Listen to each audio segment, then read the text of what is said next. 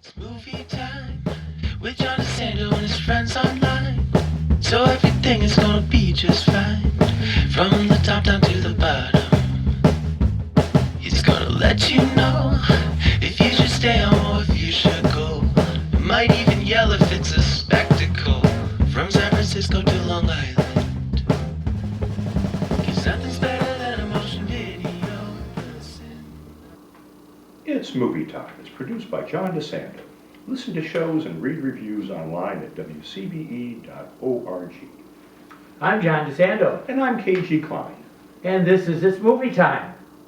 Well, I'm going to tell you, Ken, I can't wait for the next Space Odyssey, and we may have it here in a film called I.S.S. I.S.S. stands for International Space Station. Yeah.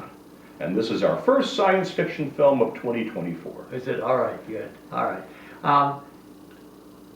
I'm always thrilled by that. I don't know what they call that, the overview, when you have situations like this where you're looking at Earth. Oh, when you're looking at Earth from Yeah, they have a space? phrase that I think it's something like overview, but it's supposedly transcending, and that when you see it, and astronauts have confirmed it, it kind of is a spiritual reaction that you have about the smallness and the beauty. It makes you realize that everything that we have ever known, all of our history, all took place on this one little planet that you can see the whole planet from space. Yeah. And it makes you realize just how fragile that planet Oh, is. it is. It's looking like a blue marble. And so ISS, however, brings a bit of the apocalypse.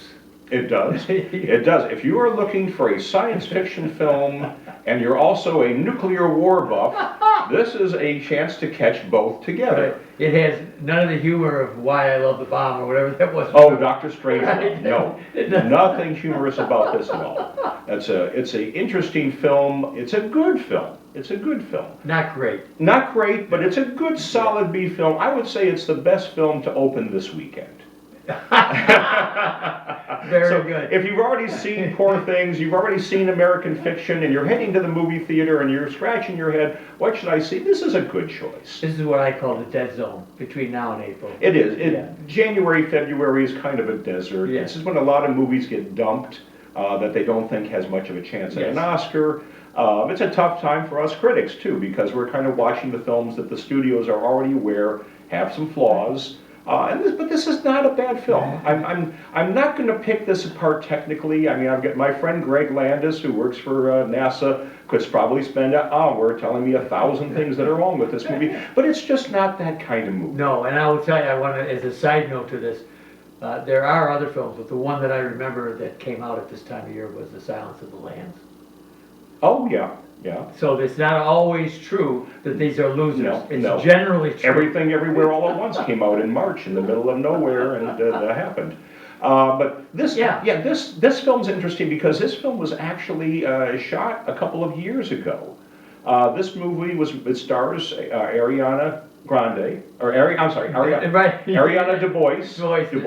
Who has three more films. Who has 3 more films coming down the pipeline, and this was actually made in 2022, right after she finished West Side Story. Right. But the studio did something with this that they often do. They realized they've got a young rising star, and they managed to get her probably very inexpensively because West Side Story hadn't come out yet. Yeah. And they thought, well, let's sit on this movie and let's wait and see how her star rises. And then we'll wait and release it when she's a huge hit. And this is, she won the Oscar. She won the Oscar. And I think they've been sitting on this movie now and they've realized, okay, she just came out with Wish. She was the star of Wish, the Disney animated film. But I think they realized that this is about as far as they can really hold on to this film. And she's probably not going to become a Margot Robbie in the next 6 months. No. So they released it here now in January. Yeah, now we have 3 astronauts, 3 cosmonauts, all together. 2 men and 1 woman on each team. Yeah, and they're in a small space, not gravity-like. No, there's no gravity on the ISS. I mean, well, not Gravity, the film. Oh, the movie Gravity. No, well, there's elements of gravity to this. You can, if you enjoy Gravity, you'll probably enjoy this movie, but it is not Gravity. The movie that this reminds me the most of is a George Clooney film that came out a few years ago called Midnight Sky. Yeah, I remember that. Yeah, he was a scientist, and there was a nuclear war, and he's trying to reach his daughter, who's returning from a long-distance space mission. And it was a painful, sad film. This reminds me a little bit of this. There's a little bit of a Lord of the Flies going on in this too. Yeah. I think that's what this movie really was about, was to analyze how people who are rational and objective and scientists, and how that all starts breaking down when situations on Earth start spiraling out. Well, sure, and we can reveal that because it's essential to the film. Yeah. That you know that there are nuclear bombs going off on Earth. It's not far into the film. No. The film starts with Ariana on her way up to the She's space a new station. biologist. Yeah, we never see anything on Earth in this film. And then we see clouds of smoke coming up, and We see the initially nuclear thinking it's explosions. volcanoes. Yeah, we see the But it's nuclear not. explosions down below, and then they lose contact with Earth. Yeah. So for the most of the film, it is just the six of them discussing what to do. Which might turn out well, except that you have the U.S. and Russia bombing each other.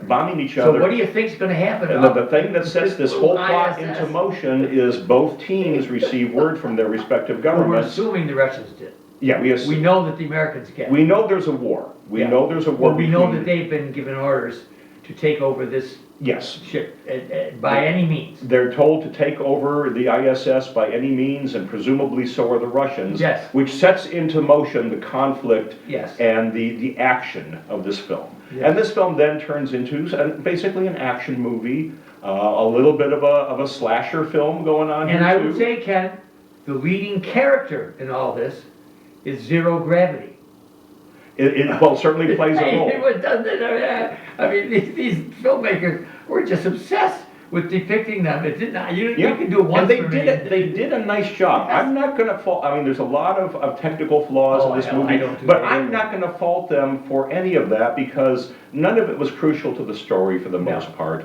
And they do a nice job, but definitely a notch above average with how the ISS looks, the fact that they're floating in space, and incorporating that zero gravity into a lot of these things that happen. Where you have a wound, for instance. Yeah. You have little drips. Drips of coming blood out. floating out.